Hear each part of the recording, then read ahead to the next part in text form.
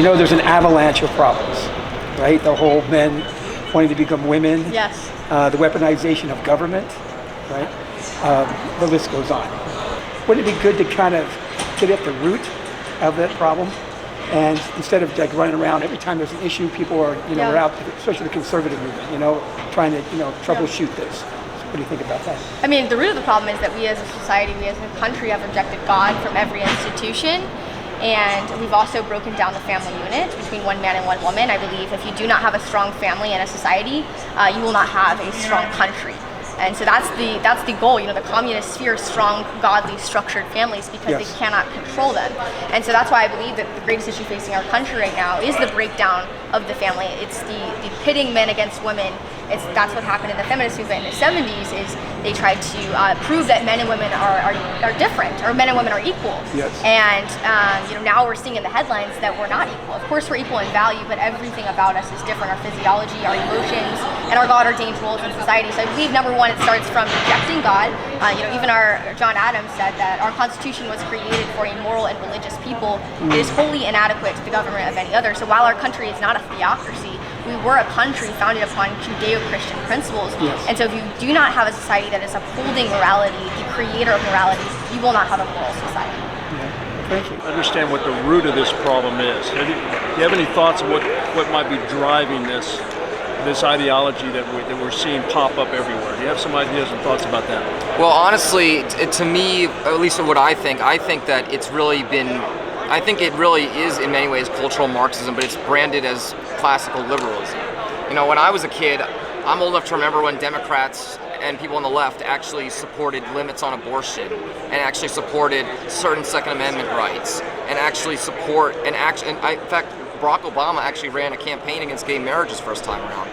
Nowadays, they're trying to make it seem like being a mainstream conservative is somehow like making you a far right lunatic.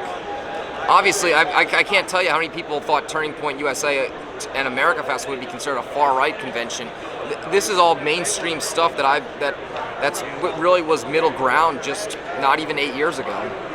So what do you think the root is? Where do you think it's coming from outside of, just a bunch of leftists trying to push something? Don't you think there might be some deeper root to it that's driving it? Well, I think the deeper root is, I think there's several sources of it.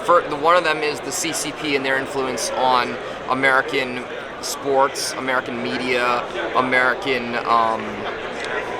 American universities, which is a big one. Another problem is it seems like the left in today's world has been taken over by not old school liberals, but instead this new radical form of leftism from the perspective of a Marxist standpoint. There's no longer a middle ground between Republicans and Democrats, or at least not the way that you saw it 10 years ago. Good, and just one other question here is, America's made up of a lot of different religious belief systems. We're a melting pot in the religious world. Do you think it's important that these different religions unite together and kind of put their differences aside to address the problems rather than being on the defensive all the time every time something pops up? Absolutely. I mean, there's not just massive fights between religions right now. There's massive fights within religions, like different denominations of Christianity. I've thought for a while bicker with each other too much.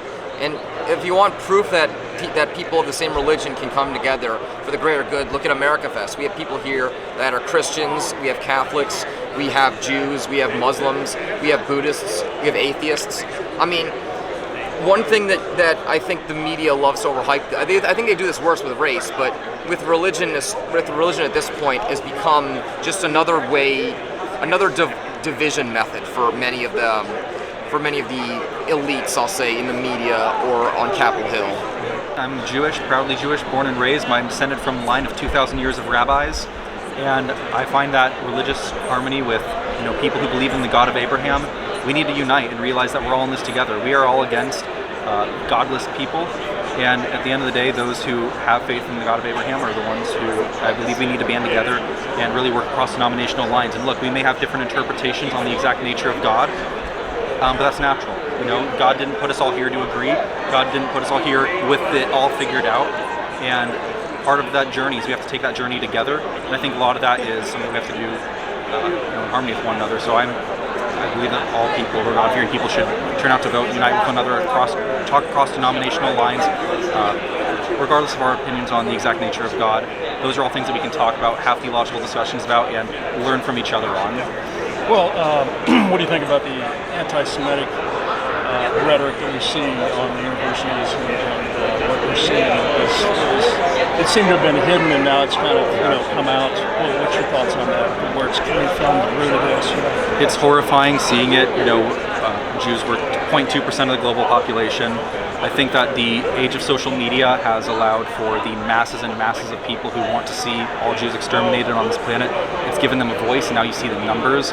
I don't think we've ever been able to see those numbers before. Back during World War II, everyone in Indonesia and Pakistan didn't have cell phones being able to chime in. Nowadays, you have extremists from all across the world chiming in, chanting for Intifada now, which would be the elimination of half the Jews on this planet. It's horrifying. I think a lot of it comes down to the fact that there are masses of people who didn't have a voice before, who wanted to kill the Jewish people, and now they have a voice.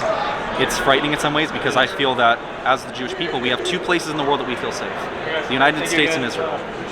There's nowhere else where I believe that we have a voice and safety the way that we do in those two places, and we need to do everything we can to preserve them. Well, Ari, it was a pleasure talking to you. Absolutely.